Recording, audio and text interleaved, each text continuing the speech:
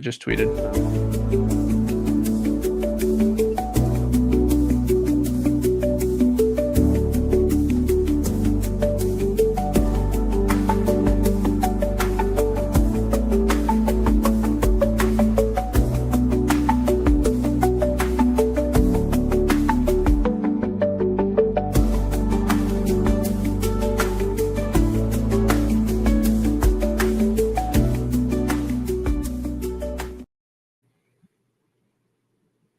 All right, we are live.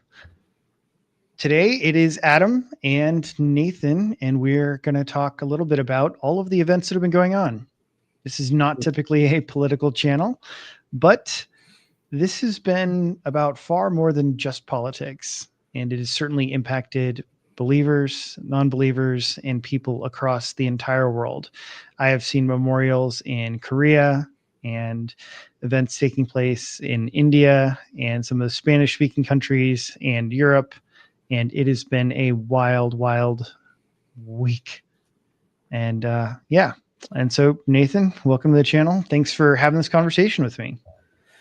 Yeah, thanks for having me out. This has been a particularly heavy week, I think, for a lot of people. So we just want to give our thoughts, and I've been seeing some, opinions of all stripes coming in and out, both on the far left, the far right, the middle, like, and everywhere in between. So yeah, there's just so much to say. And I think first, it's prudent, since we are both Christians, to say that everyone who sees this, we need to be praying for, Charlie Kirk's family, his friends, and all those that were even more affected than the rest of us. And we should be praying for our nation, and we should be praying for unity. For ultimately Christianity to win out in the end. That's what God's desire is. And I think that's what Charlie would want. So. Yeah, it's been, I'll honestly just say it's still just been kind of a shock to me. Mm-hmm. I still just can't believe that he's gone when I think about it. Mm-hmm. Like, it just still kind of takes my brain like those few moments to just realize, like, it's really real. It feels still surreal. Like, yeah, I turned 31. See him up on the stage.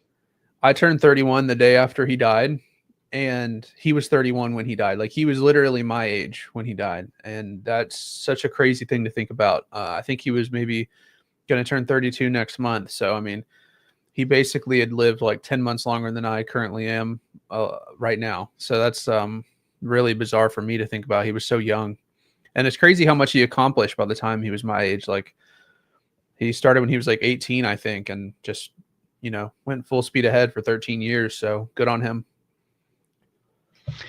Yeah, no, it's been completely wild. So yeah. But yeah, Charlie Kirk has been martyred. And that was one of the first things that really occurred to me, is that he's really just been martyred. It's hard to believe. And I think that his voice is probably louder now than it ever has been beforehand. And I just really couldn't have imagined this happening on any level. And so to me, all of the events that have taken place have been unbelievably shocking and surprising. So, yeah, we talked about this a little bit before we went live. I hadn't thought of the word martyr, like that one hadn't occurred to me. So that's pretty interesting. What, I guess, puts him in that category for you? It's the fact that he was killed for his beliefs. And some people have kind of, thought about this term as only being regarding Christians and how Christians are persecuted or killed in the past. But this very much, I think, fits the bill. When you talk about somebody who's been killed pretty much for their beliefs, and there's really isn't any way around the idea that that's what happened, Mm-hmm. So because if it wasn't for his beliefs, is there any possible world in which somebody kills him? Like, this wasn't like a random, killing. This wasn't something so random where somebody just decided to go out there. It's like, oh, I just didn't have anything else to do. Lots and lots of people hated him for what he said, for what he believed. And those are the reasons why people came after him. Those are the reasons why people had violent intentions towards him. And so, yeah, you can think about him in terms of this, and it's been used regarding other people who have had political opinions, political views. And yeah, it reminds me much more of people like Martin Luther King or Joan of Arc, or people that were killed for what they said or believed. They were attempting to silence them. That was the point. That's the point of ending their lives, is to silence them from their speech, because they no longer want to put up with it. And I think that's what happened here. He was very forceful in his speech, but I think there's a big difference between engaging in arguments with somebody else and deciding to take their life. And so that's why I think he's a martyr, is because he was killed for his beliefs. That's interesting. Like I said, I haven't thought about it in those categories. I would need to think about it more, but typically when I think of a martyr, what I think of is like someone who, they are given the chance to recant. They, are brought and they say, like, if you don't stop saying this thing, you're going to die. And then they say, no, I'm not going to recant. And so then they're, killed. And but this just seems like what I would call like an assassination. So yeah, that's an interesting thing. I would need to think about it. But no, why don't you think that fits this category? I mean, we all know he'd received multiple death threats beforehand, and that's the point. You need to shut up. You need to stop talking about this. I mean, like, those are even on several of the videos that have been going around, is all of the threats of violence leading up to this. Mm-hmm. Why does he have a full-time security team? Because he has death threats, right? Mm-hmm. And so it's his refusal to, be silent. Hey, I'm not going to be silent. And the threat is, hey, if you're not going to be silent, we're going to end you. I agree with that. Definitely. I'm not opposed to the label. It's just not one that I like. Before you said it, I was like, I hadn't thought about it in those categories. I was just thinking of like, he's assassinated. This is crazy. Mm-hmm. There have been so many different theories going around of how and why and all these things. And so we still don't have a lot of information about who did it and for what reason. And, I've seen so many even different like crazy theories. I know that we want to talk about some of those, like the one with Frank Turek and everything. It's kind of a insane theory going around of like who did it and what's going on. But I'm sure we'll talk about that in a little bit. But yeah, I think that a lot of people have been, I guess you could say, woken up, because people are realizing what time it is. Like, we had an attempted assassination attempt on Donald Trump. Like, we were like millimeters away from seeing him have his head blown off on live TV.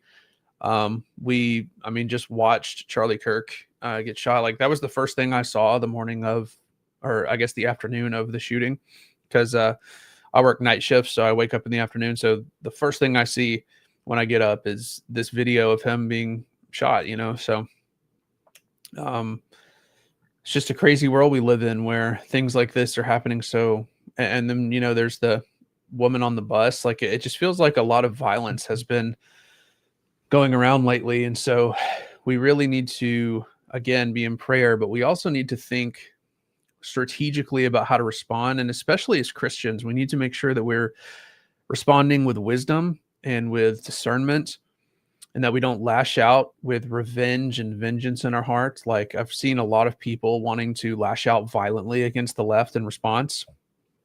And I just don't think that's the way. And I don't think that's what Charlie would want. Charlie would not want people to go out and respond violently. Charlie, what he did, whether you agreed with him or not, he would sit down, he would talk to people in debate. Had a microphone, and he would allow anybody to come up, and he encouraged open discussion, and he believed in, winning through debate and winning through dialogue. And if you want to honor Charlie Kirk and his legacy, I think the way to do that is to, continue on what he was doing, not to completely, contradict his principles and say you're doing it in his name. No, exactly. And that's one thing that I think some people need to realize, is that lots of people are just taking this opportunity.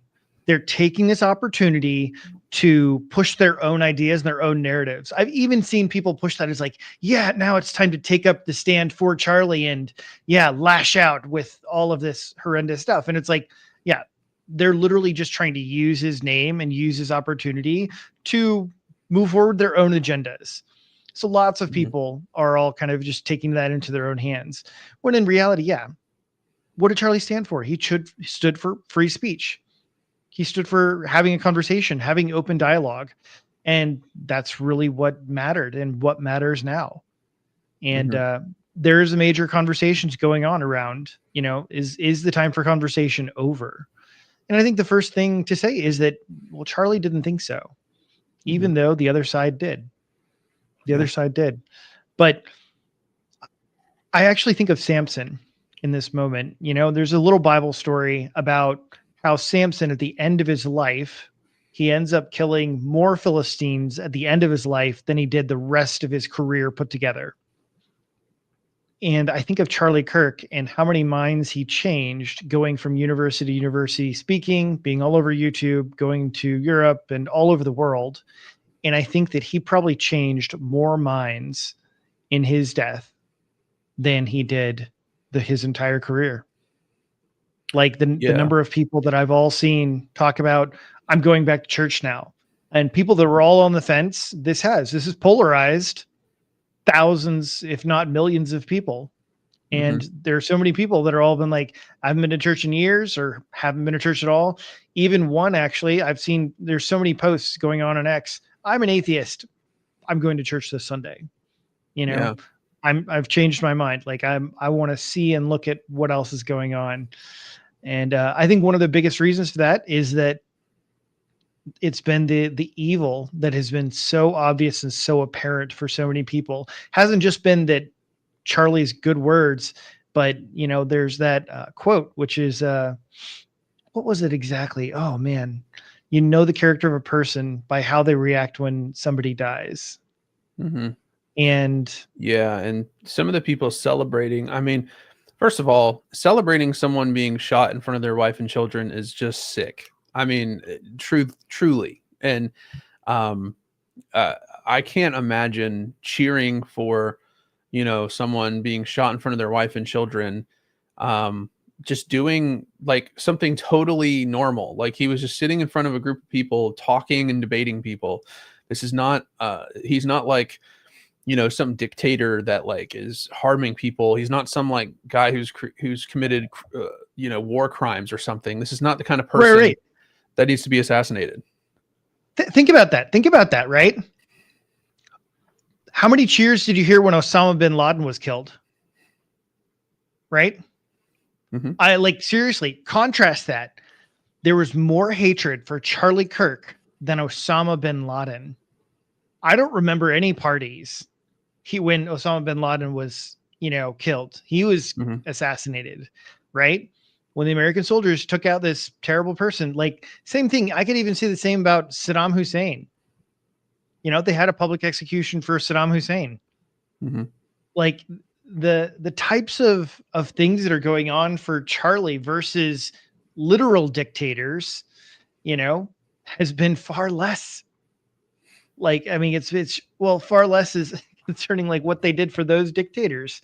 And so to me, that has been what's polarized everybody is like, holy cow, we're talking about a guy who didn't commit violence against anyone, a guy who sat peacefully and wanted to have discussions and conversations, and everyone's celebrating that person over, compared to all of the other people who have literally had people murdered and executed and tortured and all sorts of atrocious things. So, yeah. And for the most part, I will say that because I didn't really watch Charlie's content. Like, I know he had a podcast. I don't think I've ever tuned into it. I think maybe I watched when Trump got elected because I saw that he had like teared up about it. So I wanted to like watch his reaction to Trump being elected and stuff like that. So I think that was the last time I even saw his content. But obviously, since he's been killed, I mean, his content is going everywhere. I've seen more Charlie content in the last week than I think I've ever seen in my life. So I think that's one of the interesting things is that, I wouldn't even, I wasn't like a avid follower of Charlie Kirk or anything like that before this, though I am a conservative. I do have conservative values. I definitely would consider myself like a classical conservative. I believe in the Constitution, the First Amendment, Second Amendment, all of those things. I'm pro-life. Um, so the crazy thing about this is I've been seeing this content and I haven't really seen anything that was like super insane. Like I know James Agnew put out a video the other day, and he was more like saying, we shouldn't be supportive of Charlie Kirk, and he seems more on the left. But for the most part, other than I think his clips, a lot of people, they've been trying to slander Charlie Kirk by like showing these like 5-second clips, and then people go find the full clip, and then in context, he didn't actually say anything crazy. Like there's this one clip where it sounded like he said a racial slur toward an Asian person, right? But in reality, he was talking to someone named Chank, right? So he was saying like, he said something like, I live as a patriot or as a capitalist. I live as a Chank. capitalist. Yeah, Chank. And people took this out of context and made it sound like, oh, he's using a racial slur against Asian people. And it's like, if you have to stoop to that level to make him look bad, it seems like this isn't the kind of person that needs to be killed. Again, like this isn't like an Osama bin Laden. This isn't like someone who's committing war crimes. This is just a dude who has conservative beliefs. And I'm not going to, stand behind everything he ever said. I'm not like, again, I didn't really watch his content that much, so I don't know all his opinions on every topic. But I will say that if you have to stoop to that level, it seems like he was probably a pretty good man. And I've seen a lot of clips of him lately, and he seems like just a normal conservative that was sharing his faith with people. So I don't really see any reason to celebrate his death other than they're viewing politics as like a power struggle, and they viewed him as like a really big. It's almost like if you were to use like a battlefield analogy, it's like they just took out one of our tanks or one of our fighter jets, and so it's like, okay, cool, like that's just one less big thing that we don't have to deal with on our side. So. And I know a lot of people on the far left do view politics as like a power struggle, they take like Nietzsche's will to power and all that pretty seriously. And so for them, it might just be like okay, their side just got significantly weaker and that's why they're celebrating. I can't really think of any other reason why you'd celebrate it. I think though, this has been one of the key reasons why people have been converting. Why people have been leaving the other side is because they're seeing this obvious falsehood. They're seeing like the contrast. I even saw one person, that's what they posted. They wanted to go and see, yeah, okay, are all these things true about Charlie? And one after one, they just felt like, oh, well, like once you zoom out, that's not what he was saying. And so people are tired of being lied to. They're tired of being manipulated. And I feel like it really is just like that. You just feel lied to, manipulated, and betrayed. And once you wake up to that, you're like, I don't want to be a part of that anymore.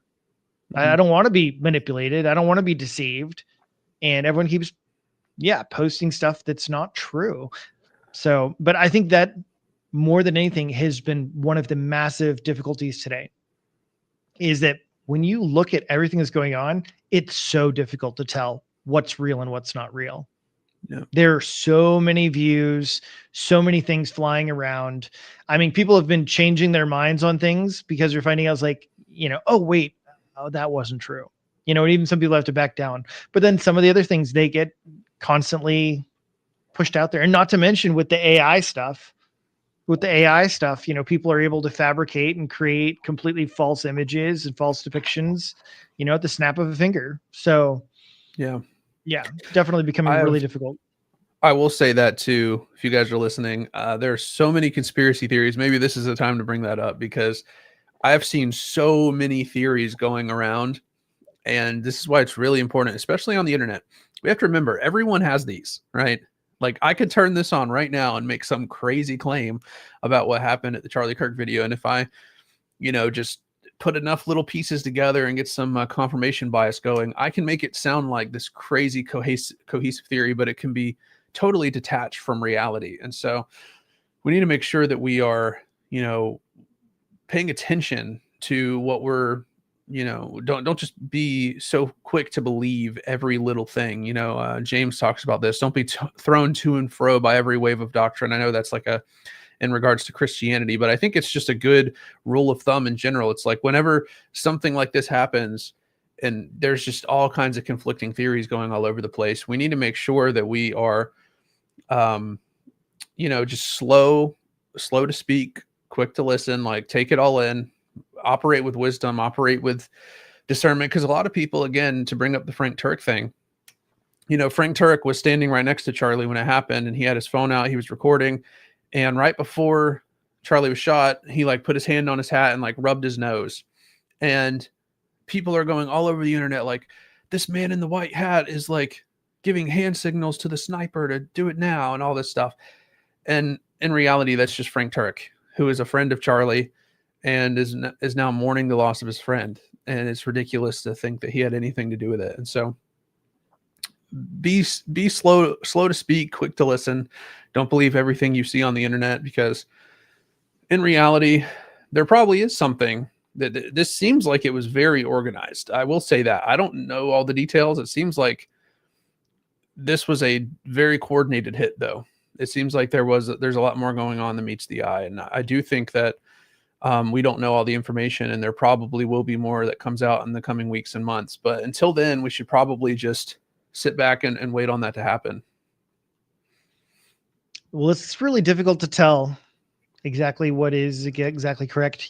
For example, one example, everyone was like, this guy is on the right. There's a right-wing crazy person who shot Charlie. Well, and not to mention, I mean, think about MSNBC's, initial reporting. It's like, oh, he was probably shot by one of his supporters celebrating with a gun. Yep. Now that guy has since been fired, but that just seemed like an insane headline to run initially, immediately as it came out. Especially if you just understand like what gun owners are like they made it sound like the Wild West. Like people just regularly bring guns and shoot them into the air to celebrate. Like that's just not a thing. That doesn't happen at any of these events. It's never happened. And so to suggest that and write that and put it in print was unbelievable, which is why that guy got fired. I think people like that, they just show that they don't own any weapons and they have no experience with guns, because the people that, I'm in the South, right?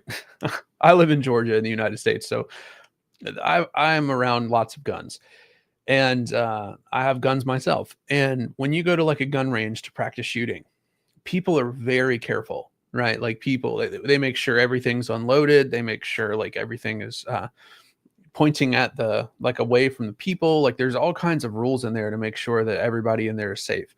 And then whenever you go hunting or something in the woods, again, everybody has their gun safety measures in place, because they recognize they're holding a weapon that can kill people or severely hurt people if you don't shoot a fatal spot. But the people that say stuff like this, like, oh yeah, people with guns are careless, they're just going to go around and celebrate and shoot stuff in the sky. It's like, you've just never been around guns.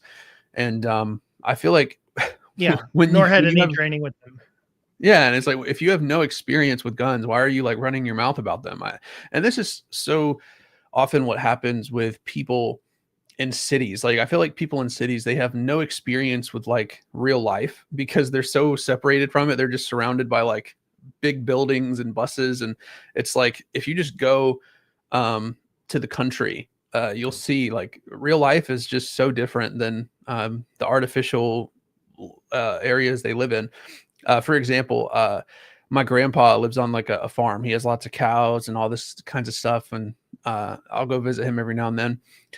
And I remember when the debate a few years ago was all about, global warming and like the temperatures are up and we need to have everybody on electric cars and electric this and electric that. And we need to get rid of gas and all this stuff. I was at my grandpa's house and that was on the TV. And one of my grandpa's friends, he's a farmer, he just was like, and he sounds like a complete hillbilly, right? He's got a really thick country accent, but he's like, well, what if I'm out farming in the field? Like, I can't bring a barrel of electricity to my tractor, right? But he's like, I can bring gas out to my tractor. Like if I'm out, plowing the fields, and it dies and it's an electric one, like let's say they made electric tractors, I can't bring a gallon of electricity out to the field. And he's like, it sounds kind of funny, but when you really think about it, it's like, yeah, these people that live in cities that think, oh, well, you can just have a charger like all over the place. It's like, you're not thinking about real life. Like you're yeah, a lot of people live in cities, but there are a ton of people that don't. And for people like near my grandpa's house, how would they charge their tractors if they had to be electric and we got rid of gas? Like just little things like that. And so this applies to other topics as well. But when we go to guns, it's like these people that live in, these polished areas, they've never held a gun in their life, they've never been around guns, they have all these opinions on guns, and it's like you need to think bigger picture. Yeah. Now let's talk about kind of the narrative and all the information that's been coming out and came out so far. So originally there was a lot of views. This was a professional assassin. This was a professional hitman. And of course, there are views, people circulating the idea that this was obviously an agent of Israel, part of Mossad, and all these other ideas. We also have, these other ideas that, well, yes, it was probably an interconnected thing. There was probably lots of people on the ground involved. And some of these things can still be true. They are still looking into, like, were there additional people took part in this? And then we also, of course, had the idea that, oh, this is obviously a right wing, crazy guy, that he's on the right. And some of the evidence for that has been the idea that his family were all Republicans, his family were all very conservative. But nowadays, as far as I can tell, then there was this idea that, well, he was actually dating a trans person. Now, I heard there's some conflicting information about that. Still waiting to find out for absolute, but I do know, because some people have been like, well, check your sources on that. Well, I can tell you that Kash Patel tweeted that out. So there was a picture by Kash Patel on that. So head of the FBI. And then there's a lot of talk that he was a part of a bunch of different Antifa Discord servers and really connected with those things. So there's a lot of information out there. And here's the one thing that I hope we will get more on, is that I hope that we actually will get some more information that we've gotten now. Because if you remember, the assassin for Trump, everything died. Like, there was no information to come out. They basically said, oh, we don't know where he came from. We don't know why he had overseas accounts. We don't know why he had, this connections. We don't know why, he had been in contact with somebody from DC. Like, there was really just nothing, no answers, So hopefully we can get some answers in this case. But I think you had even more to say that you were speculating about. You mean like the FBI story I was talking about? Yeah. I mean, I really want to wait to see what information comes out, because I am a little bit speculative about the official story as of right now. Mostly because of the type of weapon they said that he used. And if you look at the footage of him jumping off the roof, there's video of him jumping off the roof after apparently he had shot Charlie Kirk. And I'm using the words like apparently, because again, I don't know exactly what the main story is, but the kind of rifle that they said he used, it's just not in the video. But then apparently he took this rifle and ran into the woods and then put it in a box wrapped in a towel and left it there. But the kind of rifle they're saying he used, in order for it to be in the video, he would have had to completely disassemble it, which is very hard to do, in a matter of minutes or seconds, and then put it in his book bag. And then he would have had to run into the woods, reassemble it, wrap it in a towel, put it in a box, all that stuff. So it just doesn't seem like that's the kind of thing someone would do if they had just, shot and killed someone from a rooftop. Like, you would think he would just, run and not put the weapon in a box and reassemble it. And you know what I mean? All that just seems very strange. And so I'm wanting to wait for more information, because as of right now, I think the story just doesn't make a lot of sense. Yeah, I don't know. I mean, there's a whole bunch of those things that, yeah, I'm not exactly sure of the 100% of the details and how that's supposed to work and figure itself out. But those are definitely as well objections that somebody who's not familiar with guns just wouldn't really understand. Yeah, they said some he used rifles there. They said he used a 30-06, which I have a 30-06. They are big rifles and they do not disassemble easily. Like for him to disassemble it, it would have taken multiple minutes. And so you have to think, there's that video of Charlie getting shot. And then like you saw on the roof, I'm sure you've seen the video of him running on the roof. So it looks like he just shot and ran. Okay. And so it doesn't look like he took the time to disassemble the weapon and do all these things. And so it's just very strange in the video of him jumping off the roof.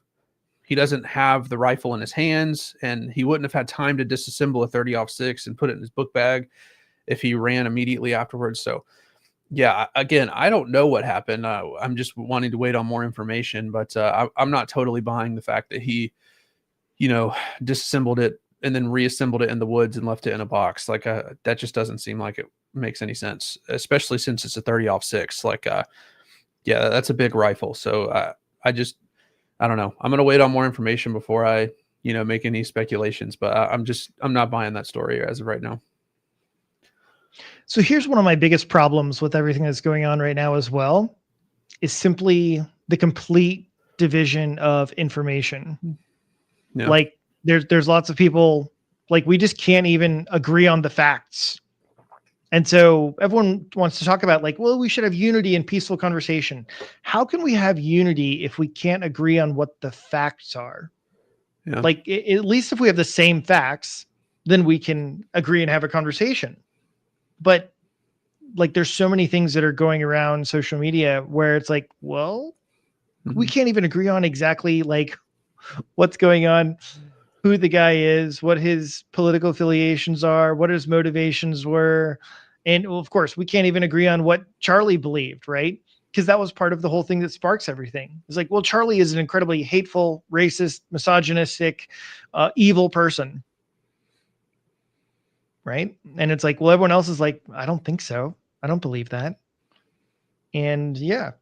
Yeah, it just seemed like from the clips I've seen, like I said, I didn't watch a lot of his content, so I don't know what his beliefs on everything are, but from the clips I've seen, he just seemed like a pretty standard conservative guy. I haven't heard him say anything completely out there as of yet. James Agnew on his video shared a couple of clips that were like, yeah, I probably wouldn't have said that.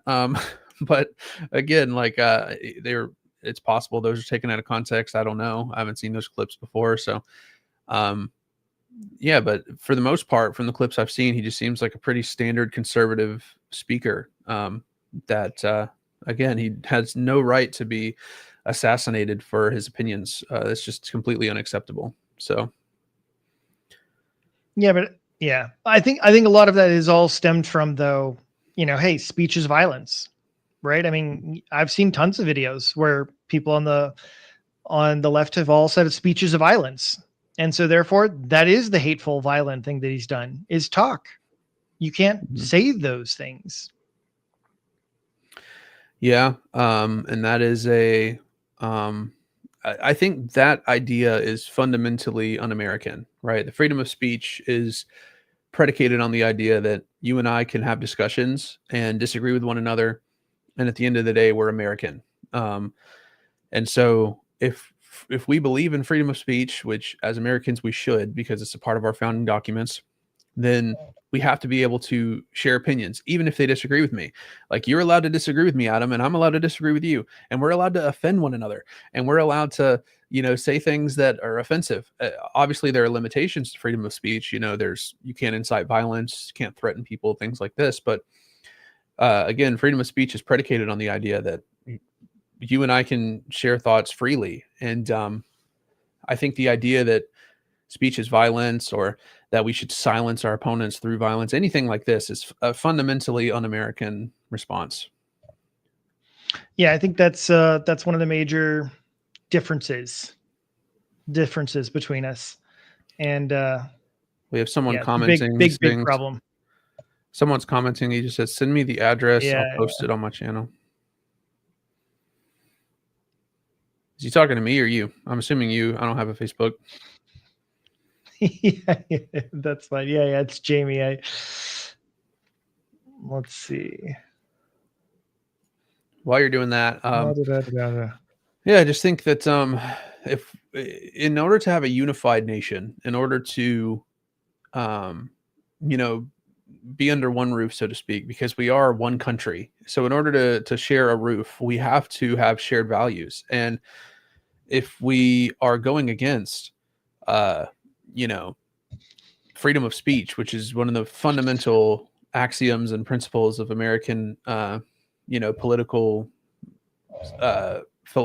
let's say philosophies, well, then we just house divided against itself can't stand, right? So, yeah, I think that we have to agree on this, and so we have to kind of shun people who are against the idea of freedom of speech by saying speech is violence or thinking that you should silence your opponents through violence. We have to shun those ideas as fundamentally un-American, and we have to, be willing to. And I will say this too: I don't think everyone on the left is like that. I think the far left is like that, and I think the far left and the far right are both kind of crazy. So, okay, so we've got to talk about cancel culture then, right? Because that's exactly what's going on, right? You're talking about like, oh, well, we should like shun those people. Well, guess what? Now, last I checked, they said that over 600 people have lost their jobs over what? Celebrating the death of Charlie Kirk. Good. Because lots and lots of people, they are posting videos, celebrating, dancing, singing. There are people driving in their car with a loudspeaker just talking about Charlie Kirk's death, excitement. And, and now they're crying about it and complaining about it. And honestly, I never thought that I would even see this day because most other people, instead, they've lived in fear. They've just lived in fear and quietness because all of the cancel culture had been on the other side. The number of people, because people are like, oh, well, how can you like celebrate people losing their jobs and things like that? Because most of us went through a time where they were losing their jobs for their beliefs. Like the number of people I know that got fired because they refused to take the vaccine, got discharged from the medical field, nurses, they got kicked out. And it's like, oh, well, look, we went through this. Lots of people went through this. Yep. Lost their jobs because they're like, hey, look, I don't agree with you. And I want to hold to my own convictions, moral or religious or just personal political views. Well, they paid the consequences. They paid the cost. And I think that this is quite a bit different because a lot of people want to say is like, well, you're just punishing us for our political views. I used to love what one of my pastors used to say concerning like the topic of abortion, right? Everyone wants to say this is a political view. And my pastor used to not say too much politically. He tried to remain fairly politically neutral from the stage. But on that topic, he said, that's not a political issue. Like that's a human rights issue. It's a people issue. And to talk about the assassination of somebody, that's a people issue. Yep. And so the idea that, you're openly celebrating the murder of somebody else, I think a lot of people would say this is not a right or left wing issue. And I think that's one of the reasons that it has converted and changed so many people over is that people on the left were going like, I don't want to be a part of that.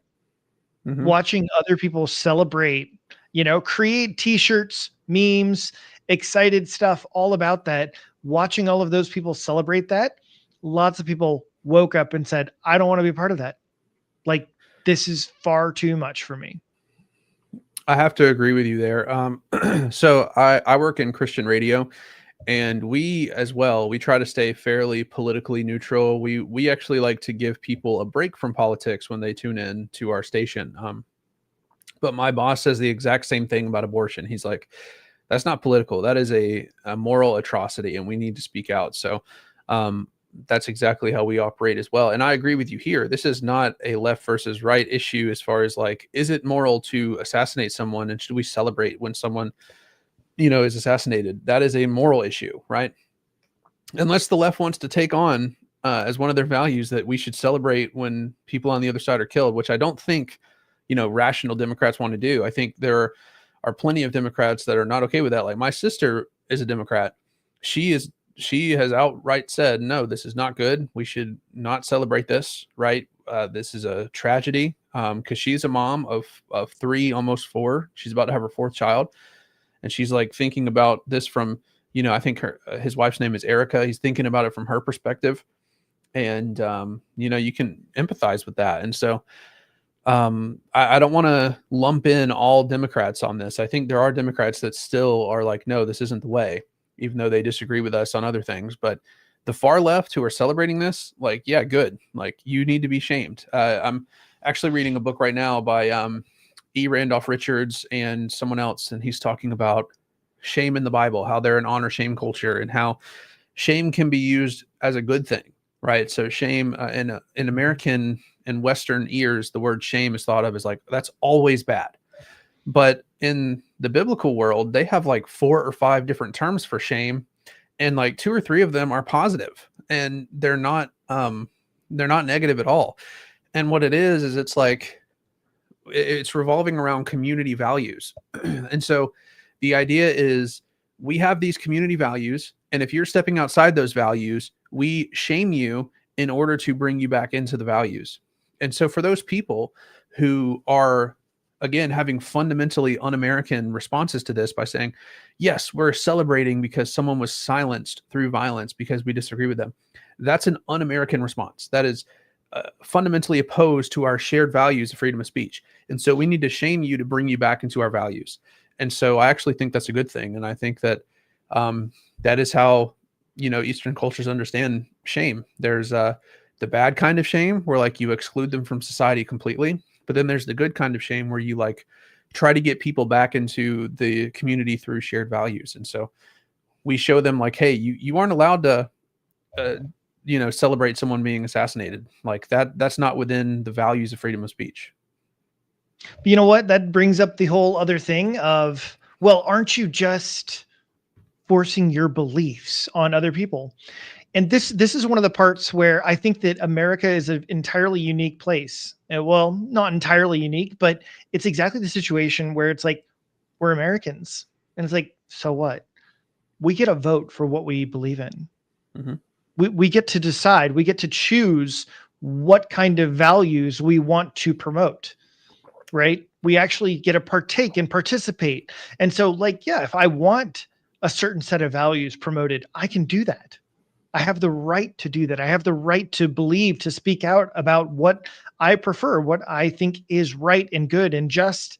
And that's the thing is, as a Christian, so many Christians I know literally have been silenced, or they've just been manipulated and believed like, well, my Christian beliefs shouldn't intersect in any way with my political views.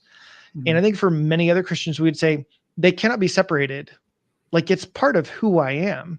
And I think even many people on the left recognize that. They all recognize like, yeah, there's a problem with you being a Christian, right? Which is why so many places have tried to push out Christianity. They don't agree with Christianity. They don't want Christianity. They don't want beliefs in God. And so they can't coexist with you. And that's a problem. Well, I mean, our founding fathers understood that our values only worked under a moral people, right? They said explicitly that these values, freedom of speech, freedom of religion, the right to bear arms, all of these things only work if we have a moral populace, right? And so they understood that, we have to have values tied to these things. And obviously religion and faith and these things are part of our values. Like I value Christ and his church and, spreading the gospel above anything else. That's my number one value in this life. And so to say that our values don't matter and we should and it's, Francis Schaeffer, he pointed out the divide between the private and the public, right? And there's this idea that like you have to keep your faith in the private sector, and then you can live as an atheist basically out in public, and everything else is to be kept as something that's private. But this is not the way, right? Like there is, and I think a lot of people today have been pushing back against this divide of like the private versus the secular, right? And because a lot of people are spiritual behind closed doors. You see all the people that are like, oh, I'm spiritual but not religious. They got their rocks and their vibes and all that in their room, and they've got their dream catchers and all this stuff, right? But then in public they live as a secular atheist just like everyone else. And then a lot of Christians live this way. They go to church on Sunday, they have their private prayer time, they have their Bible study, and then they go to work and they don't talk about their faith whatsoever during the week. And we should push back against this. Like, this private versus public divide should not exist. As believers, we should be open about our faith. Everyone should know you're a Christian, right? Like, I'm not shy about my faith. It's funny, like my parents own a store in town, and we have workers and stuff like that, and I help manage there from time to time. And it's like, everyone that works there knows I'm a Christian. There's not a single person that doesn't know I'm a Christian, because I'm open about it. I talk to them about it, because a lot of them there are not. And so I'm trying to spread the gospel to them. And so that's how it should be. Like, I'm not private about my faith. I just talk about it everywhere. So that's how we should be.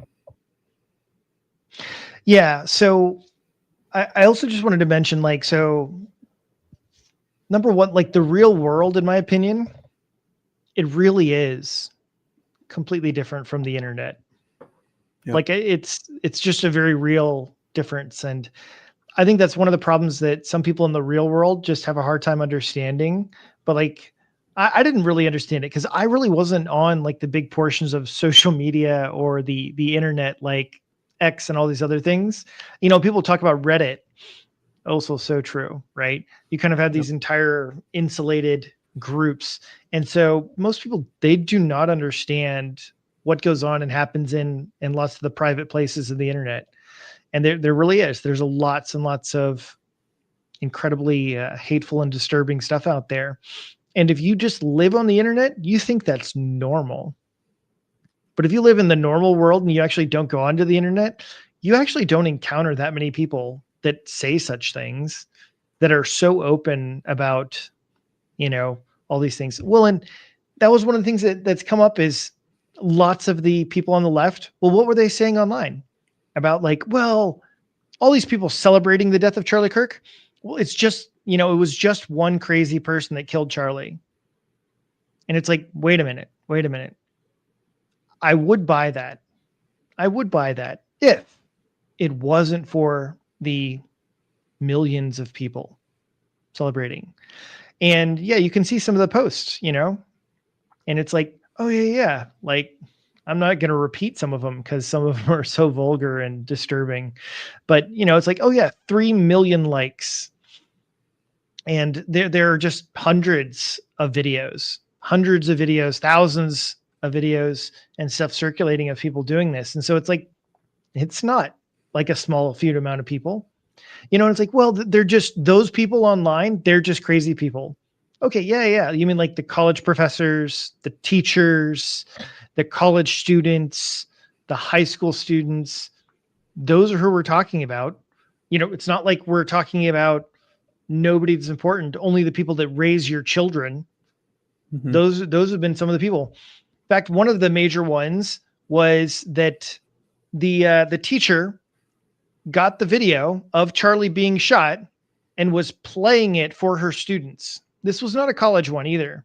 This was for children. Mm-hmm. Played it on repeat and saying how this is a bad guy and this is what he deserved. That's the kind of people we're talking about. And that's the kind of people we're talking about that are raising your children, educating your children.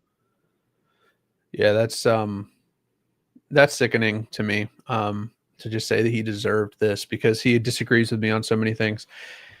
I think again, this is a problem that's grown so much with the internet because it's so easy. The way that social media algorithms work is they're designed to keep you on there, right? And so they feed you what you want to see, right? And so people on the left and people on the right oftentimes are in echo chambers and they only hear their side, right? And so they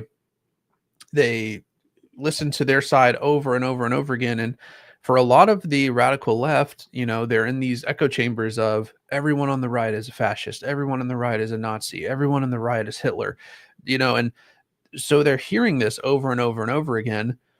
And obviously, if you take that seriously, then of course that's the opinion you're going to come up with, because most of us in the West think it's a good thing that World War II ended the way that it did. So, yeah, I just think that we need to make sure, for especially like as Christians, we need to make sure that we ourselves aren't in an echo chamber like that, because guess what? Their response being this way is probably most likely, I would argue, through being in a leftist echo chamber. And so we need to be discussing, and this is what Charlie Kirk was known for, right? He would sit down at college campuses and talk to people he disagreed with, right? He didn't just sit there and hear his own side, just affirm everything he believed. He went out there and he had his ideas challenged. And we need to all do this. Like I would love to speak to people on the left who are more open-minded and want to actually have a rational conversation. And I would love to hear their perspective on this, see if they think we have any blind spots on this, I think that those kinds of conversations are important.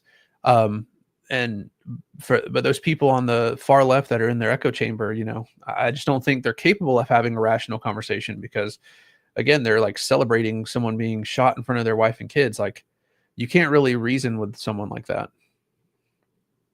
Yeah, actually, so that's been one of the most fortunate things. And it was part of the whole point of Charlie's dialogues, was that the right is the one interested in having conversations. The left isn't.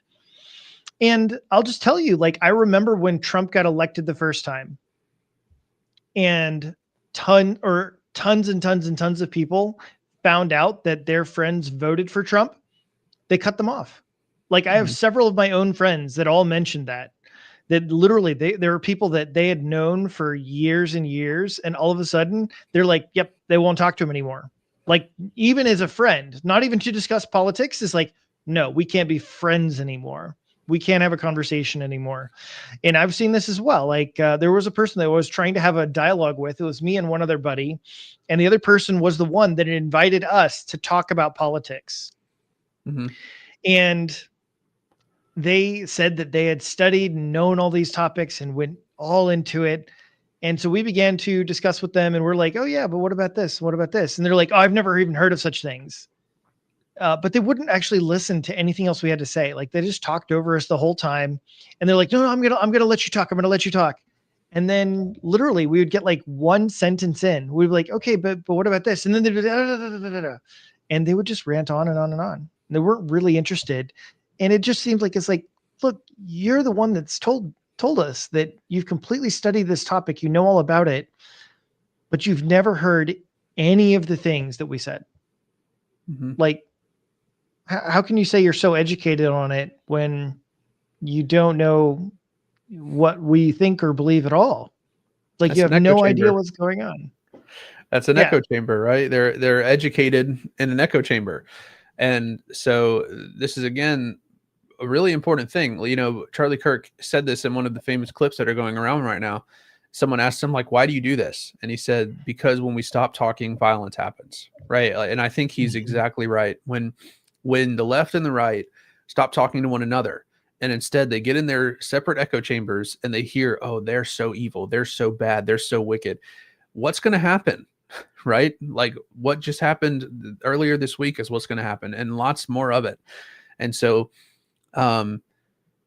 as much as you might not want to hear the left's opinion on things, it is important to hear their perspective. It is important to hear what they're saying about this and to try to have conversations with them, because we don't want more of this. Charlie believed in that. And if we want to honor his legacy, we need to have conversations. We need to keep talking. We need to keep debating.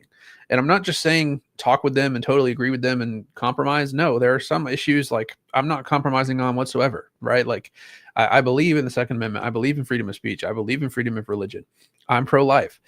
But I do think it's important to talk to people who disagree with me on those things, to try to, debate and do what Charlie did so well, debate people and win them over to pro-life causes and things like this. I really think that, and Jonathan Haidt has recently written a book on this. I'm forgetting what the name of it is. I want to buy it soon, but it's all about his research on social media, and he's talking about like the damage it's doing to society. And I've heard him do a couple of interviews on it, which is why I'm bringing it up, where he talks about how, social media is changing society almost more than anything else ever has in history, like so rapidly. It's changing the way we think, it's changing the way we interact, it's changing the way, we talk to each other, and it's changing even the way our brains are wired. Like, it's rewiring our brains, and like it's a crazy thing. We really need to think about, if we're going to be Christian about this, right? And we need to interact with the internet the way Christ would have us do so. We really need to be intentional with the way that we do it. We need to be intentional about, who do you follow? Who are you listening to? Who are you allowing to pour into you? Who are you, looking up to? Which voices are influencing your life? And the Bible tells us to guard our heart above all else. Everything we do flows from it. And so I often tell on my radio show, I often say, like, go follow pastors, churches, ministries, theologians, apologists, and maybe you need to go unfollow some accounts that are not like edifying your walk with Jesus. And that's not to say just like write off every person that disagrees with you on something, but you need to make sure that the people that are pouring into your life are like leading you to Jesus and leading you toward Christ, and not away from his values. And there are a lot of people who speak as if they're sharing Christ's values, and in reality, they're just like secular. There's a lot of people out there that are claiming the name of Jesus, but in reality, they're saying, like, let's be violent and let's subjugate people in the name of Jesus. And it's like, what are you talking about? Like, Jesus didn't do that. So, all that to say, we really just need to be intentional about this, about social media and what we're listening to, because I think for society as a whole, we're going down a path that isn't good. I think we can all tell that, like, the temperature's up here and it needs to come down, right? There's a lot of polarization going on.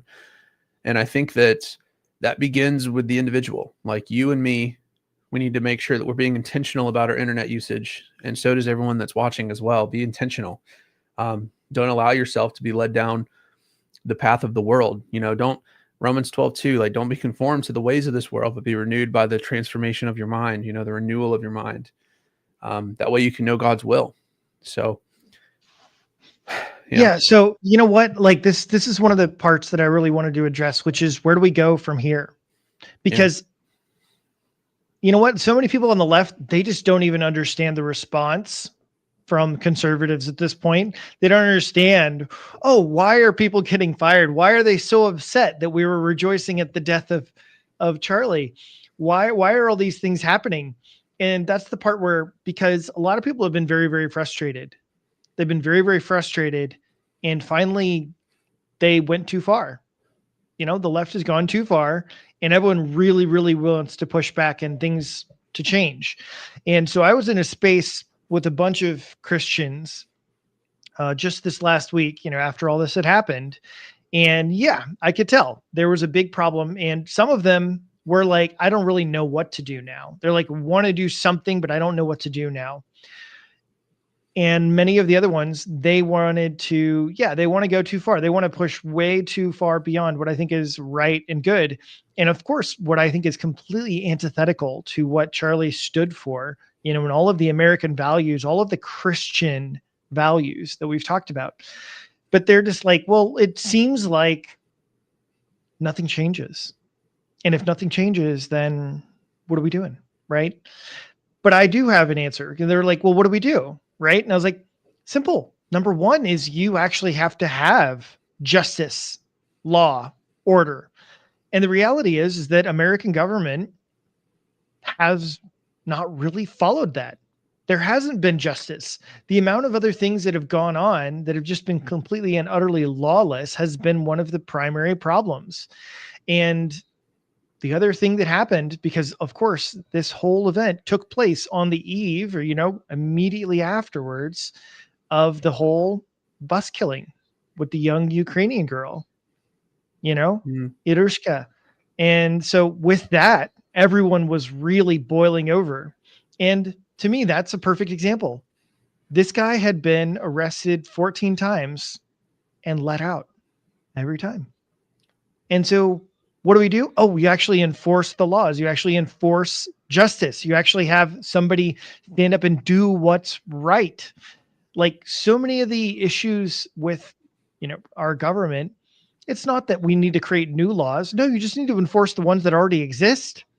That's one of the biggest problems.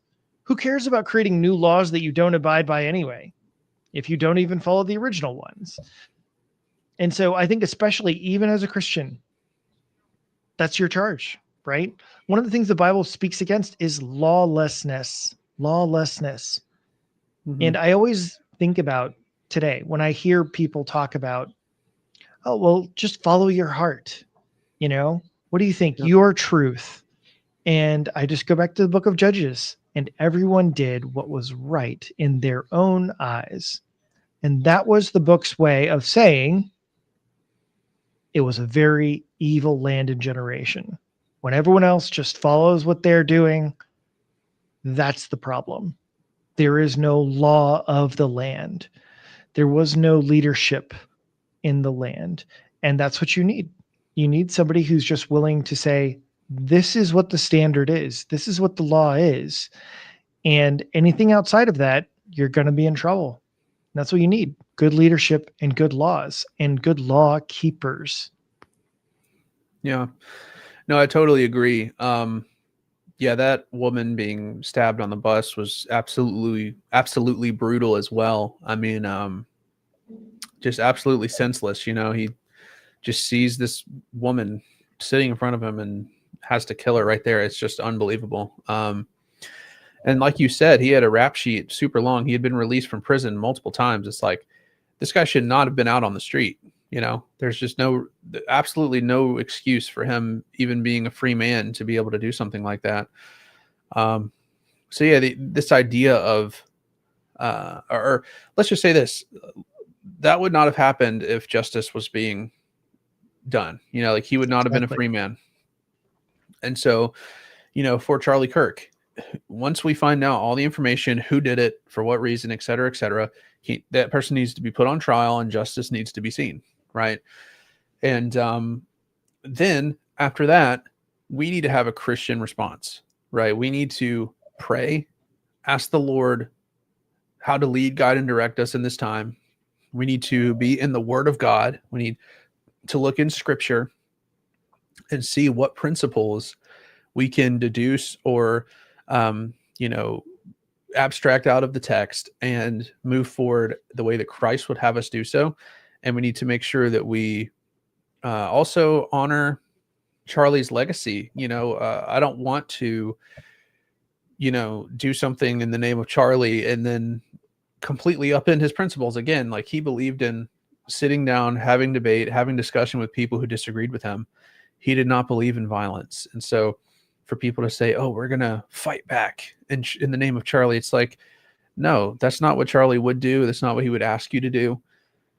And so it's like people are missing the plot. So again, we need to pray, ask the Lord what he would have us do, and see justice be done. I agree with you. We need to see swift justice once we know who did it and for what reason and all those things.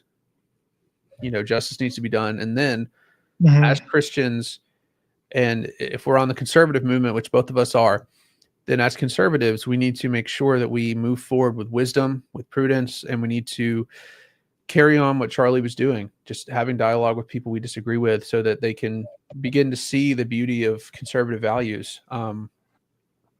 And specifically like the negative form of rights, right? There's the distinction between positive rights and negative rights. And, the rights in the Constitution are negative, which means that, for example, I have freedom of speech. It doesn't cost anything from you for me to have freedom of speech. It doesn't, nothing about you is required for me to have that.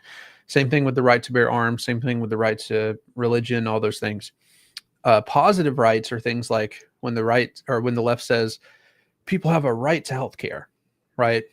That would be a positive right because it actually costs money out of our pockets as taxpayers to pay for that healthcare, because it wouldn't actually be free, right? It would just be paid for by taxpayers. So what in reality, what they're saying is we have a right to other people's private property in order to provide something for free, which is a positive form of right. But again, whenever we think about what the Constitution has, the Constitution is full of negative rights: freedom of speech, freedom of religion, right to bear arms, all these things, right? So I think we need to, have debates on this and ask, like, are positive rights even compatible with the Constitution, right? Stuff like that. And the way we need to have those discussions is through debate, through discussion, because the left seems to think that positive rights are good.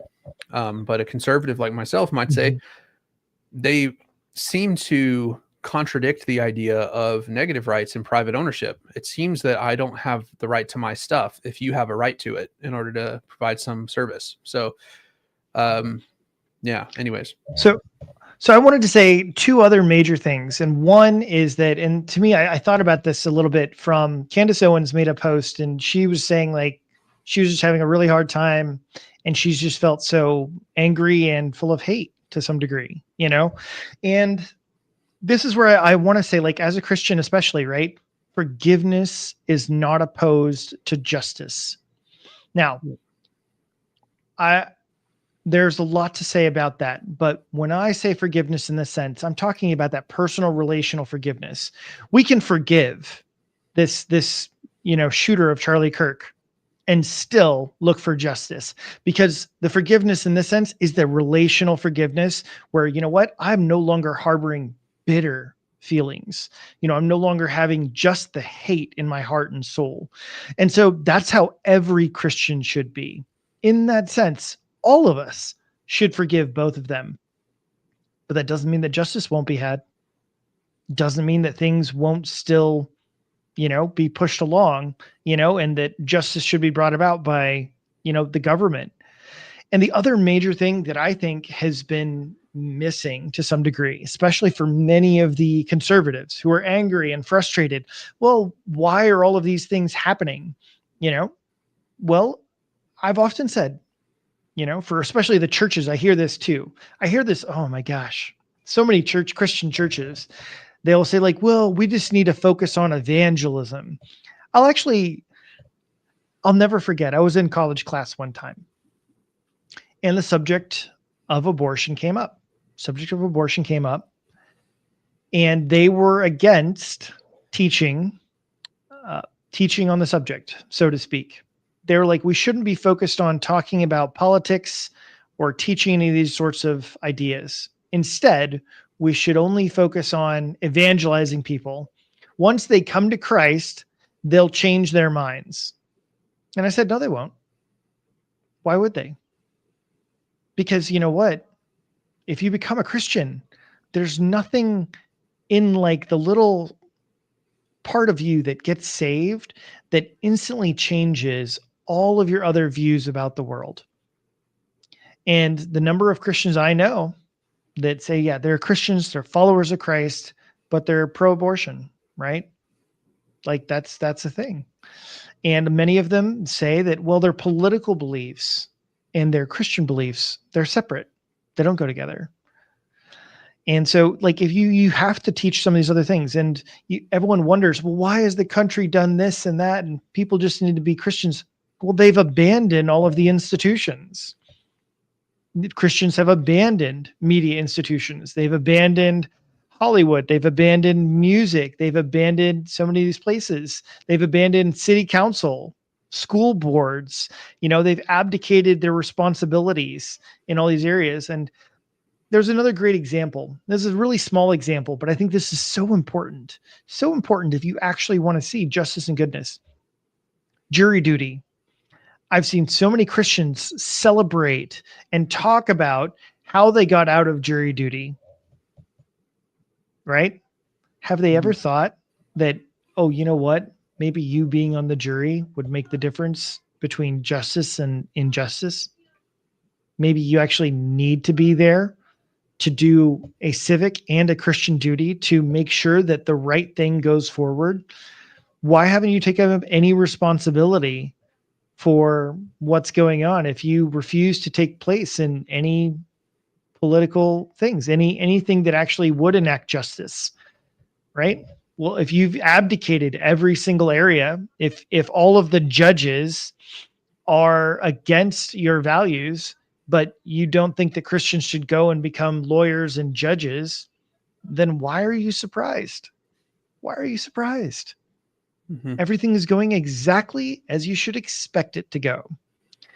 And I think that this is where you do have the kind of soft fighting that needs to go on, which is not in the streets. It's not violence.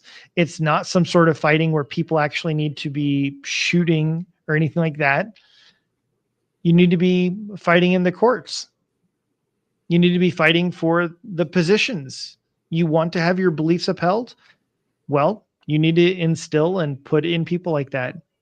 And that's a great example of one of the biggest turnarounds concerning Trump's presidency was what happened. The Supreme Court justices.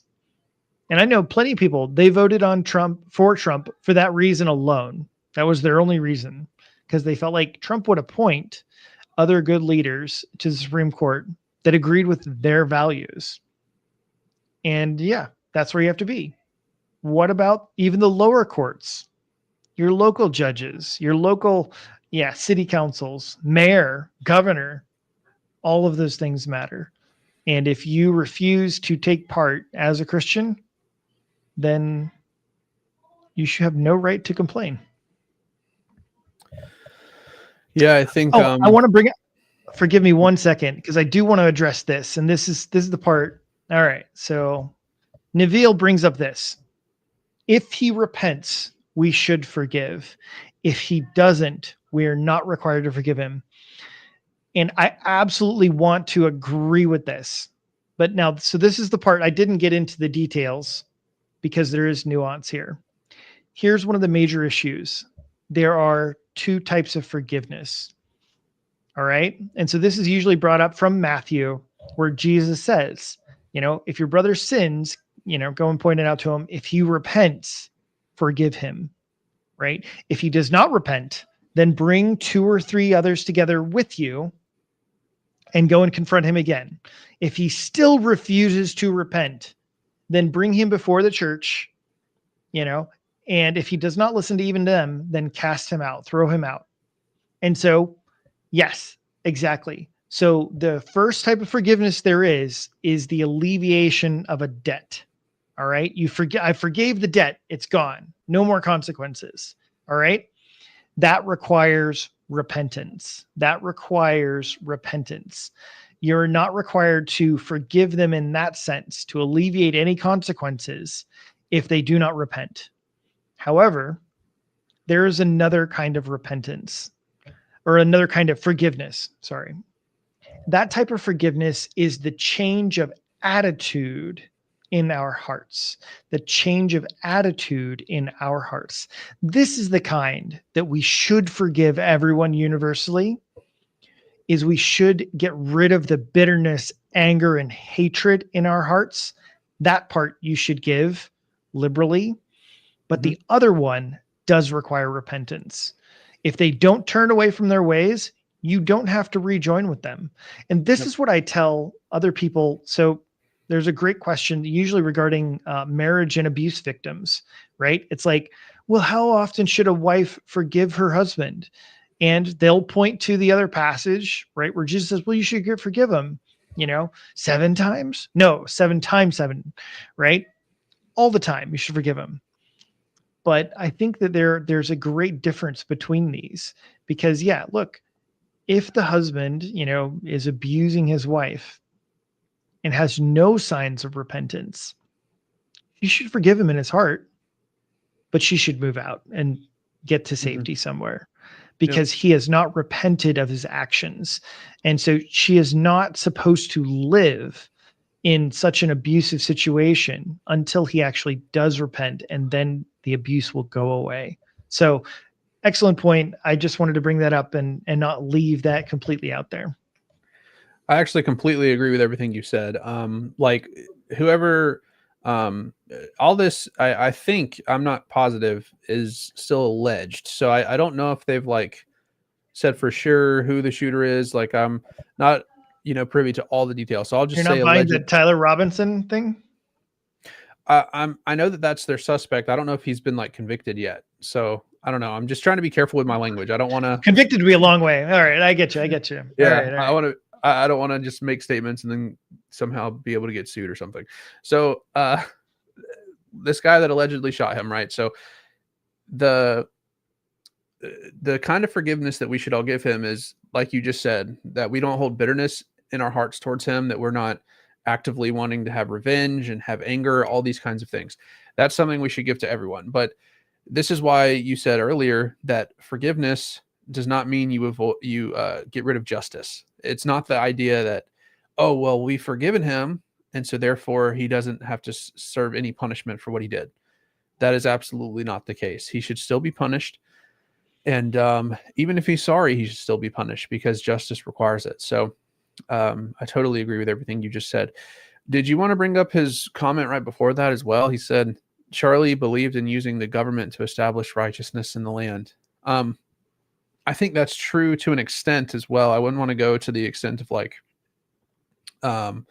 Christian nationalism or something like this, but I definitely think that we should pass laws that are, through the legislative branch and, all that stuff. And I know that Charlie would definitely be okay with that. Like if there was a ban of abortion, across in each state, because I think that's ultimately going to get left to the states. But like if each state passed a law banning abortion completely, I think Charlie would have celebrated, and I would too. So I'm not opposed to the idea of using the government. In fact, we were talking earlier, I don't know if you were here, Nabil, but there was one part of the stream earlier where I was talking about this distinction between the public and the private. And a lot of people think you got to keep your faith in the private sector, and in the public sector, you got to be secular. But I think this distinction needs to be abolished. We need to be public with our faith. And so, yeah, we should go out and debate, and we should debate for, Christian laws to be passed. I would love that. Like I said, a ban on abortion would be a wonderful thing. And it needs to be done in each state. Like, I live in Georgia. I think it's already banned in my state, but other states need to, start debating and passing laws and things like that. I would love to see it done in all 50 states. So I'm not against using the government. Yep. I just, I'm not for like a theocracy or something like that, though. That's the other thing that Charlie actually had also mentioned, that he was never a Christian nationalist. He said he's a Christian and he's a nationalist, but he's not a Christian nationalist.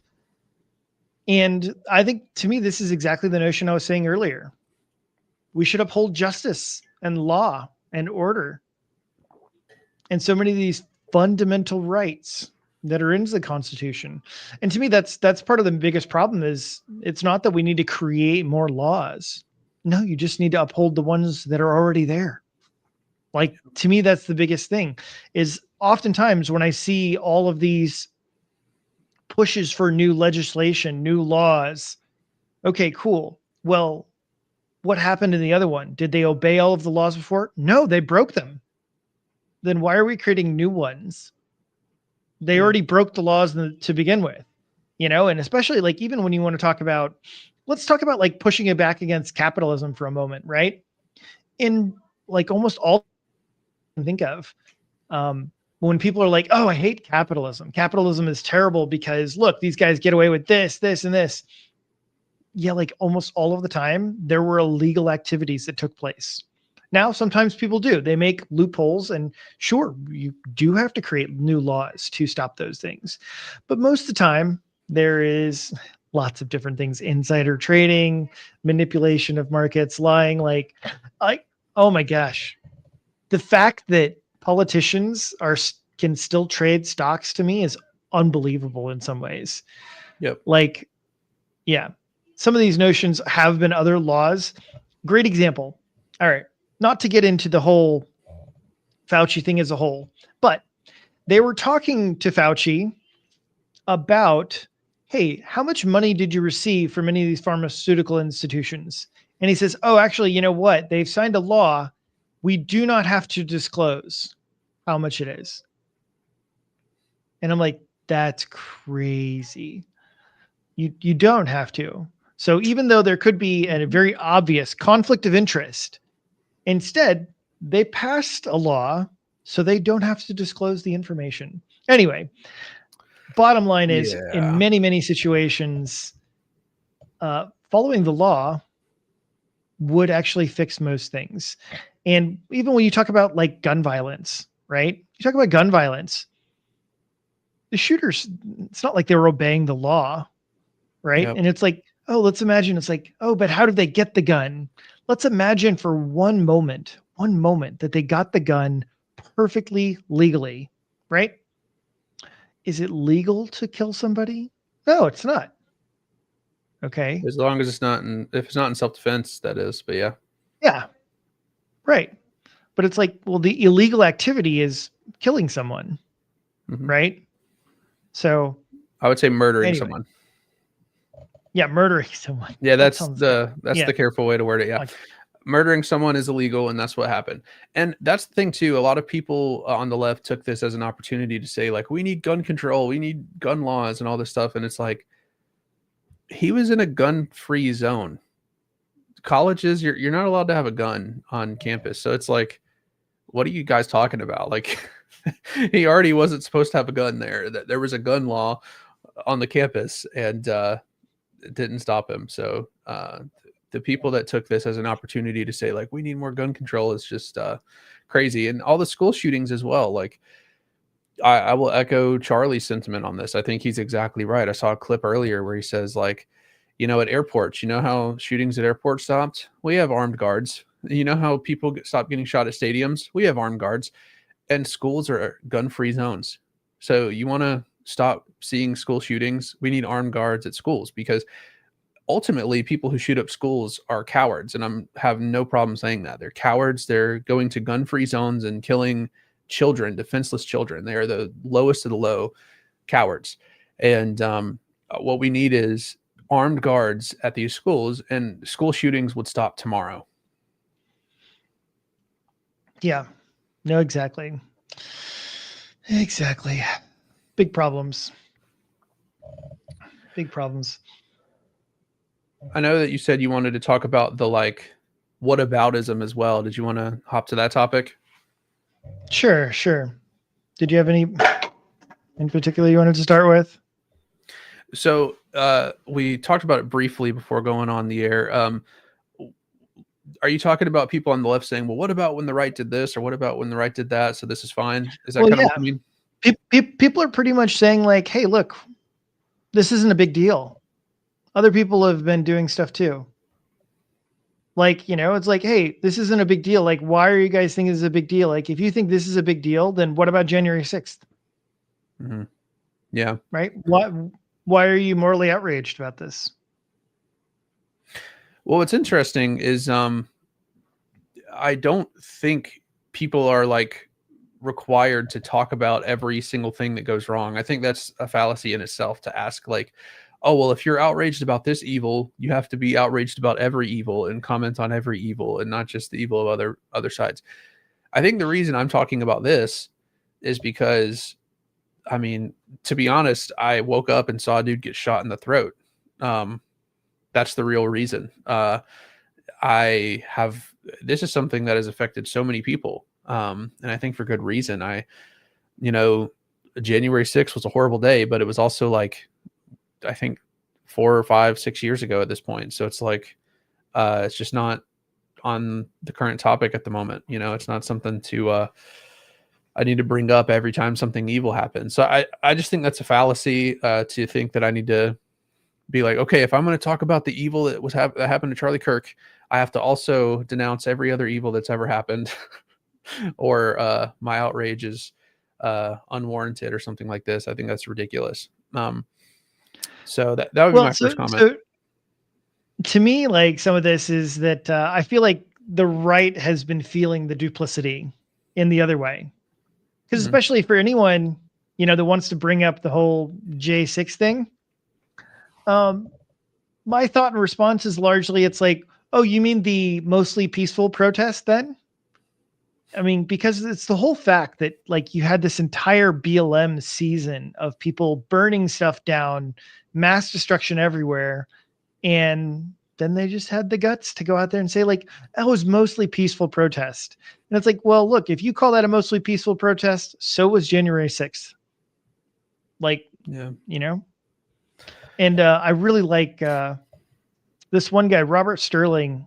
He made a post about this, and it's far too long to read on here, but I think he just nailed it in many ways. But he says this, right? He says, my liberal friends are completely oblivious to how radicalized the last week has been for tens of millions of normal Americans. And he's like, they have zero clue. And I think that he really nails it, because he's like, hey, look, here are the facts. He's like, fact number one, tens of millions of Americans started the week seeing a 23-year-old blonde woman, a young woman in whom virtually every parent watching pictured their own daughter stabbed in the neck by a career criminal. These people then found out that the murder had been released 14 times from jail. And he's like, fact number two, 2 days later, tens of millions of Americans watched a video of Charlie Kirk get murdered speaking to college students. Millions of these people knew who Charlie was. Millions of them didn't. Upon seeing the video, however, these normal Americans from across the land and across the political spectrum agreed that that he was a victim of a terrible, fundamental, unjustifiable crime. And their hearts broke in sympathy for him and his family. Good people who have never heard the name wept for Charlie. And then fact number three, immediately after seeing the footage of a peaceful young man get shot in the neck, these same people logged onto Facebook and Instagram. And remember, we're talking about normal Americans and not Twitter or Blue Sky people, and saw some of their local nurses, school teachers, college administrators, retail workers celebrating this horrific crime, not just defending it, but cheering for it. And he just says, these are all facts. You may not like the implications of these facts, and we can certainly debate the underlying causes thereof, but indisputably, they are nevertheless factual statements. And I think that he's pretty spot on. And I think that's pretty much, why there was a massive, massive reaction to everything that's been happening. Yeah. I mean, I agree with that. I wouldn't want to say that I'm radicalized, because again, I've been saying, like, we need to turn the temperature down. We need to respond as Christians with discernment and wisdom. So I wouldn't want to use the language like I'm radicalized, but I think I'm definitely going to be more open about my views, because it's like, I think it's needed, right? I'm going to push back on you a little bit. I'm going to push back on you about you. Sure. Because we talked about just in the beginning of it, because this is one of the things I think when they think of radicalized, this is one of the areas they're thinking about. It's the fact that other people are losing their jobs for celebrating this. Right? Oh, I mean, yeah, but again, that's shaming people to bring them back to their American values. Right. But you're just like, hey, that's normal. That should be normal and good. But I think for the left, you're like, that's unbelievable and radical, insane. Like, how could you do that? I guess for the radical left, I would be considered radical then. But again, I think I'm just appealing to a biblical concept. There's multiple types of shame. And even in the Bible, Paul says in 1 Corinthians, like, I say this to shame you, right? Like, there is a biblical kind of shaming, right? And so, and again, it's to bring people back to our shared values. It's like rejoicing over someone being murdered in cold blood in front of millions of people, including his wife and children. That is a fundamentally un-American response. And we need to shame you to bring you back to our values. That is not acceptable in this nation. And so, yeah, they should lose their jobs if they're celebrating something like that. That's completely unacceptable in this country. If we lived in a different country where you get silenced through that kind of thing, maybe they want to praise their government for doing that. But in America, where we have freedom of speech, that is a fundamentally, like, unacceptable response. And so to bring them back to our shared values, we have to do stuff like that. And so, yeah, I don't know. I just think that maybe to someone on the radical left, I'm radical, but I consider myself a classical conservative. I literally just think we have rights in the Constitution, Declaration of Independence, and we should stick to those. Um, if that's crazy and radical, then that just shows how far the Overton window has shifted. Because I'm just like a guy that's like, let's uphold our founding documents, please. Yeah, well, I mean, but that's the whole thing, right? Because like others have pointed out, is that Charlie was actually moderate in some levels, far more than others. He wasn't far right. But remember, to everyone else is like, no, he was a Nazi. He was like as far right as you can possibly go. And so yeah, that just pushes you into those categories too. Right? They're like, yeah, Nathan, you're just, oh yeah, I'm just a conservative. Well, I mean, David Pakman, right? He made a video because he's shifting away from the left too. And he's like, well, I'm not Dave Rubin. But Tim Pool was really arguing and going like, you're pretty close. A lot of the similar and same language. And Tim Pool's entire point was, because Pakman's like, no, I'm not changing anything. I haven't moved my views. It's just they're moving away from me. And Tim was basically like, that's the same of all of us. Because Tim's like, look, I haven't actually changed that much. And Dave Rubin was like, look, I haven't changed that much. It's the left that left me. All of the middle libertarians or classical liberals, they're like, now considered right-wing conservatives. Yeah. So things have changed a lot.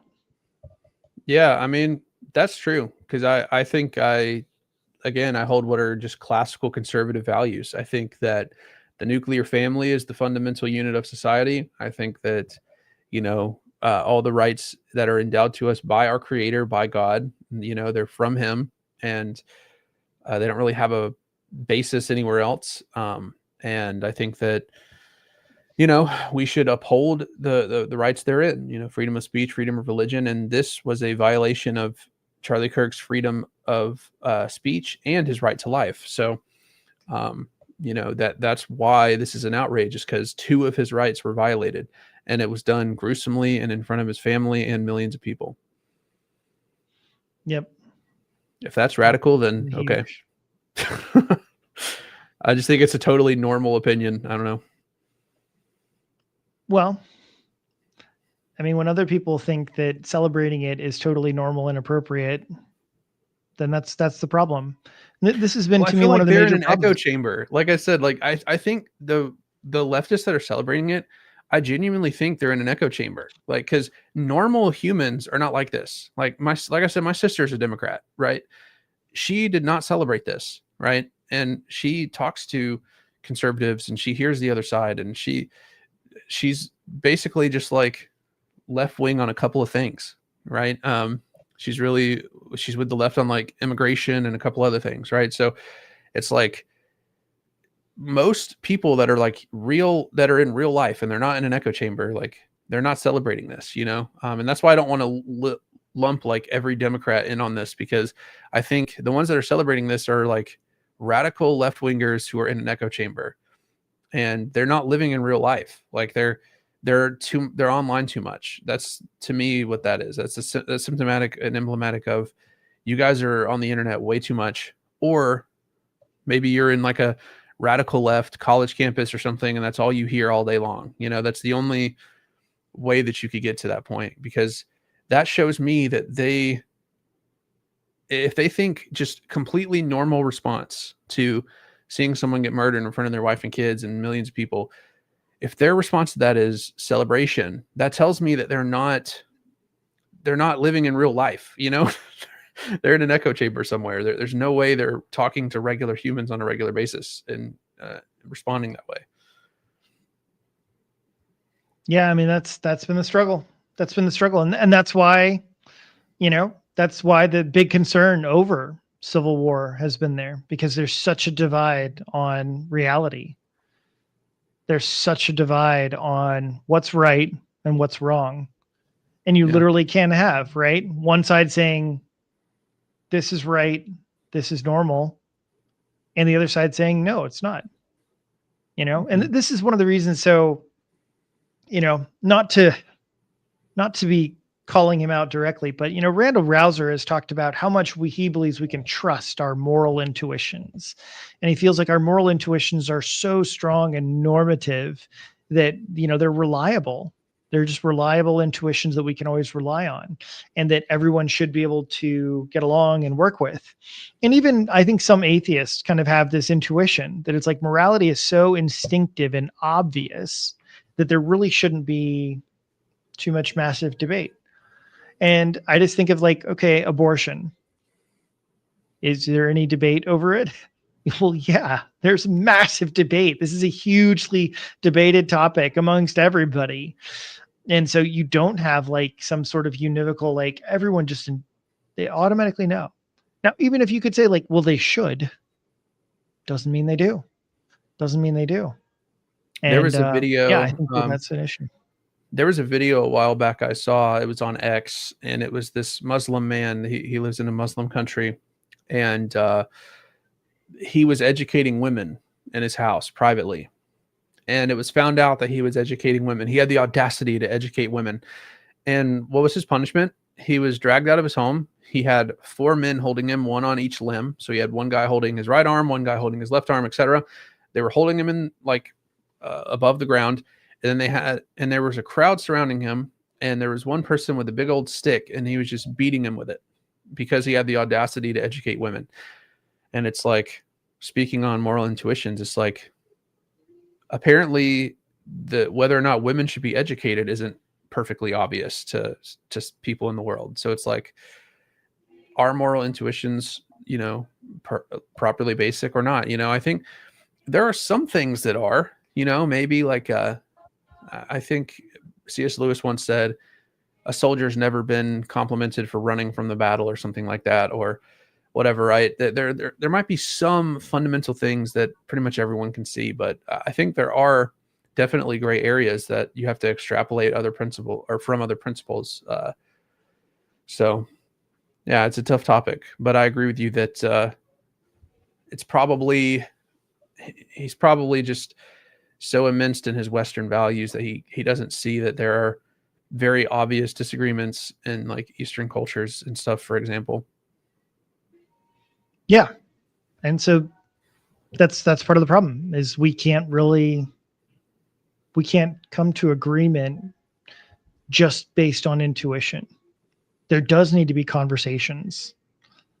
But yeah. So I don't know. You had a call for unity earlier, just unity. We need to have unity.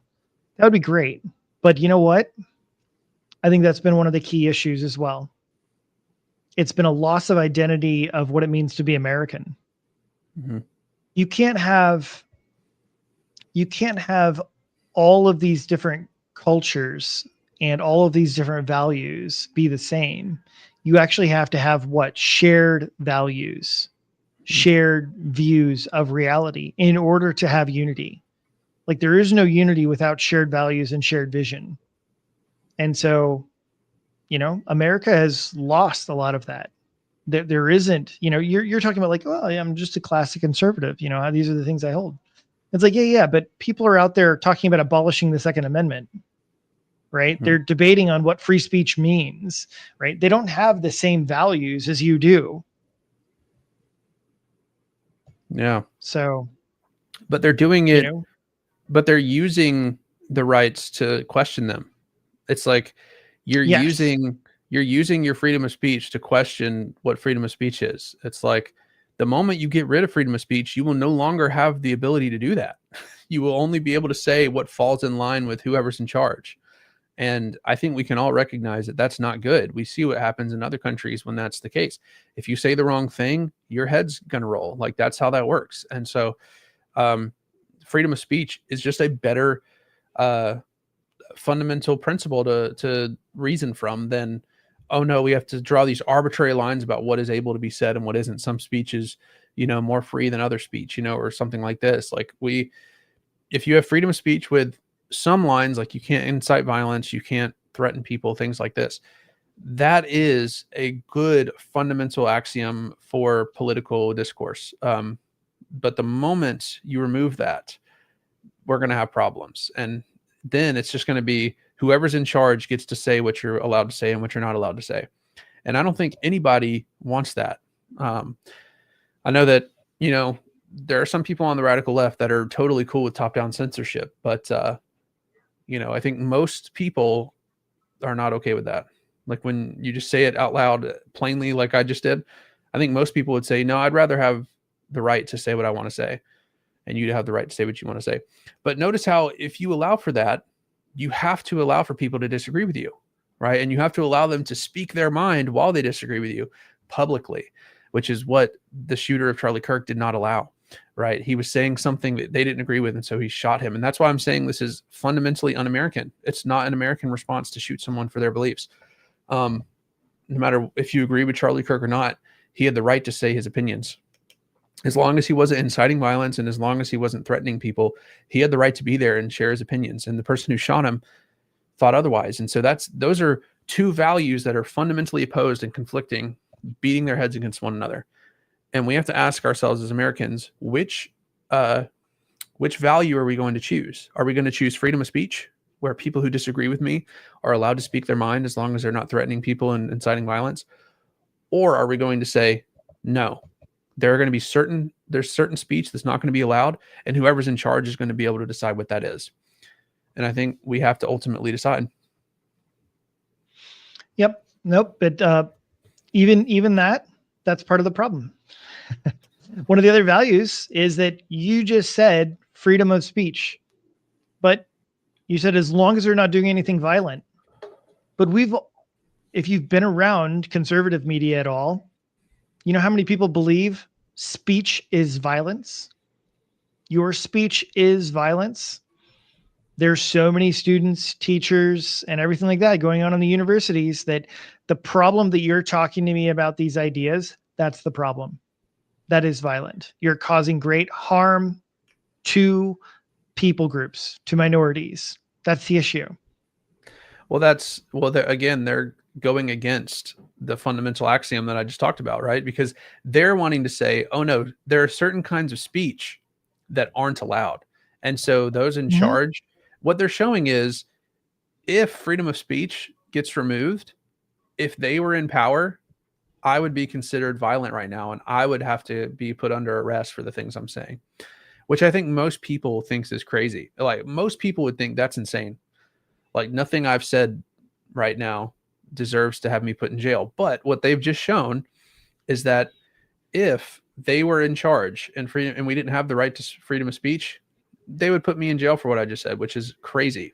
And I think everyone knows that deep down. And that's why freedom of speech is a better fundamental axiom, because if they want to say speech is violence, that statement is fundamentally opposed to freedom of speech. And so again, we have to decide, do we want freedom of speech, or do we want whoever's in charge gets to say what is allowed to be said and what isn't? And I hope we make the right decision as a nation. I hope we stand for freedom of speech, because there are countries out there where you aren't allowed to say things against the government. If you speak out against the North Korean government or the Chinese government, it's not going to be good for you, right? Or if you are in a Muslim country and you start professing Christianity, it's not going to end well for you, right? And why is that? Because the people in power don't allow that speech to be said. Okay, and so we need to recognize what values are we going to stand for? Are we going to stand for values of, we are allowed to disagree and share those thoughts freely, or are we going to say whoever's in charge gets to pick? I'm going to go with the former. So this is where I want to mention the other thing to kind of like begin to kind of wrap some of this stuff up, but it's that America is a Christian nation. America is a Christian nation. I know some people don't agree with me, but it's like, okay, when you look at the rest of the world and then you look at America, you will see a big difference. You'll see a big difference. And then you need to start asking the question, why do Americans do this? Why can't Americans do that? Why can they speak freely? Why can all these things happen? And so much of it is because of American Christian values. Now, part of the problem, I think, has been an overemphasis on Christian values such as mercy and grace and kindness. And all of those things are Christian values.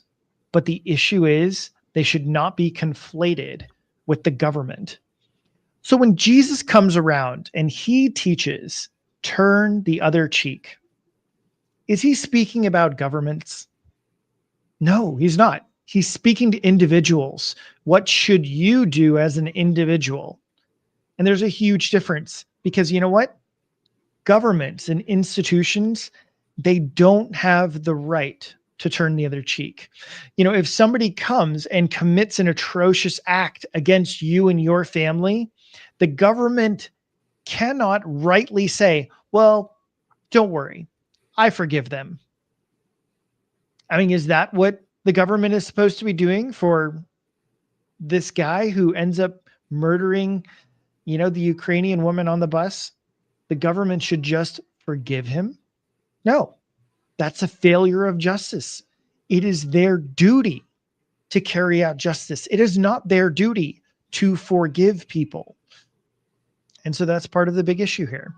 That's part of the big issue here is that as an institution, as a government, the rules and laws that are to be upheld, those are Christian values. It's a Christian value for a government to have rules, to have laws, and to uphold those rules and laws, to protect its citizens. That's what's good and moral and wonderful about, even the Christian beliefs, is it does have law and order. God's not a God of chaos. He is not one for there just to be anarchy. That is the opposite of a Christian value. And so I think we need to get back to some of that and just show some law and order. Yeah, and in the preamble to the Constitution, it says that the government is there to establish justice, to ensure domestic tranquility, to provide for the common defense, to promote the general welfare, and to secure the blessings of liberty to ourselves and our posterity. So, like you were just saying, the government, because it's in a different position, it has different obligations and responsibilities than we as individuals do. And honestly, this can even appeal to the God question. A lot of atheists, they say, well, how does God allow people to get murdered? Like if you see someone getting murdered, you have the opportunity to stop it, you should step in and do something. So, but God, he allows people to get murdered and he doesn't stop it, and he has the power to do it. So he's wicked. But what they don't understand is that God, because he's in a different position than we are, he has different obligations than we do. He's running an entire universe here, right? And so I'm not going to get into the philosophical implications of all that. It would be absurd if God stopped all murders. It would actually be like an absurd universe that we lived in. But anyways, all that to say, as individuals, we have obligations to forgive and do all those things. But governments, their obligations are to establish justice, as it says in the preamble again. So the man who, murdered that woman on the bus, he should see justice. The man who shot Charlie Kirk, he should see justice. And then as Christians, as individuals, we need to then go out and, act in a Christ-like way in response to all this and spread the gospel, spread the good news, and, spread Christian values to those that we come in contact with. And if we all did that, like imagine if we all did that. Imagine if all Christians everywhere, spread Christian values and just had conversations with people they disagreed with and did it effectively and did it well. And didn't do it with hate in their heart, didn't do it with malice in their heart, but did it with kindness and respect and humility and love.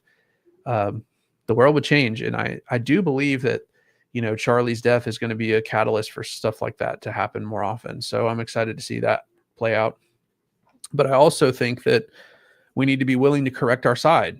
I think that's something that is really annoying in politics. And this is why I don't really talk about politics that often. To be honest with you, it's like, I feel like it's so polarized, and a lot of it is just right good, left bad, or left good, right bad. And that's like all politics is most of the time. And all people do is focus on, the people on the other side over there, they're wicked and bad because they disagree with me. When in reality, life is more complicated than that. People are more nuanced than that. And, we need to be willing to have conversations with people. So. Absolutely. But one of the other things that I think about is that, you know what, when justice and a good person shows up, when the light comes, the darkness should be afraid. The darkness should be afraid. And that's an aspect that I feel like has been lacking in many Christian circles, is that they haven't been a bright enough light for the darkness to even be afraid. They just walk in as these very meek, humble, and kind people, but they're not willing to actually do anything to change the world around them. And in the areas that you can influence, you should make it better. You should make the world a better place. Oh yeah, I just remembered what I was saying. Sorry, I had a brain fart a second ago. What I was saying was we need to be willing to correct our side as well. I'm a conservative, so that would put me on the right. If I see someone on the right saying we need to respond with violence, we need to, bring the hammer down on these people, I need to correct that and say, no. That's not the response that we're going to have. We're going to respond like Christians, right? And we need to self-regulate our own side while correcting the other side as well. And I hate calling it sides, but I mean, that's just the way politics is, unfortunately. But it's like, if we want to, again, it's about these shared values. We need to make sure that the right and the left are appealing to these shared American values. And if we can agree on these shared values, and I think we should obviously just go back to the Constitution and all that stuff, then we can have a united nation again.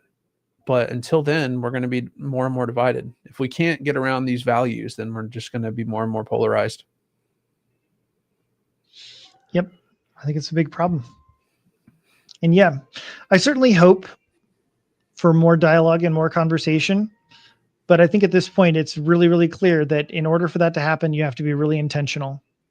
You have to be really intentional, because a lot of people that are in their own echo chambers, they're perfectly happy being there.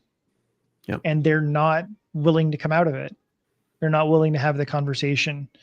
So, yeah. So I look forward to having some more of those conversations. I know that, so I'm planning to devote a month to chat with some atheists and kind of dig into that. And I actually don't want it to be like all of the other Christian apologists where it's just come and debate me. I'm going to try and make it a little different than that. But I do think that there can be some benefit from having conversations. And I've actually talked with lots and lots of atheists over the years. And personally, I've always thought that had I not had some people in my life, for like my grandpa, for example, I was on the road to being one of those angry atheists. I was on the road to being one of the angry atheists and just being frustrated and, fed up with other people not really giving answers, not really putting up anything. And I don't know. I look forward to having further conversations and dialogues, but things can be really, really rough sometimes when you want to have a conversation with somebody who doesn't want to talk with you. Yeah, I think that we need to, there's a place for debates, I'll say that, but I also think that conversations are so helpful. I had a conversation a while back with, he goes by Pennypacker on Twitter, but his name is Steven, and he has a YouTube channel called The Skeptical Agnostic. And we just talked about the evidence for the resurrection, and it was a conversation. It wasn't a debate. I wasn't trying to dunk on him. I wasn't trying to, earn debate points. And at the end of the conversation, he was just like, Nathan, if more Christians approached conversations like this, we could get further. And that comment has stuck with me. It's like, conversations can be so helpful, right? And I hope that one day he becomes a Christian again. He left the faith, he deconstructed. So I'm hoping that one day, he becomes a follower of Jesus again. But I think that the most productive way to, make that happen is conversations. Right. And now I can see where he's coming from. Now I see why he doubts the resurrection. And now I can, talk to him about those things. Right. Because now I know where he's coming from. And if we just have a debate me bro mentality, I feel like we can't really get to a place where we can see where people are coming from. Empathy and being able to put yourself in other people's shoes is a really important value. And I think Christians often forget to do that. Put yourself in that atheist shoe, put yourself in that agnostic shoe. Put yourself in that Muslim shoe and, just talk to them, and whenever you do that, hopefully that will, build bridges, and then hopefully that bridge will lead them to Jesus. Yep, absolutely. Absolutely. All right. Well, we're going to wrap it up for this one. You can catch Nathan at The Epitome. He is on YouTube and on X. I don't even know. I don't know what your thing is on X even, but it's just at Nathan Bozeman 2. Nathan Bozeman 1 was taken. Nathan Bozeman was taken. So I added a 2 there. So what you're saying is you got sloppy seconds, huh? Yeah, I'm number 2. I'm the second best Nathan Bozeman. So, and the other guy doesn't even use Twitter. Like if you look up at Nathan Bozeman, he never tweets. He has like 0 followers. He doesn't even use the site. I'm like, dude, give me that username. Yeah. So, and then of course, we'll be here at Curious Christianity, and also up on X as well at like Curie_Christian. So we'll see you guys next time. God bless.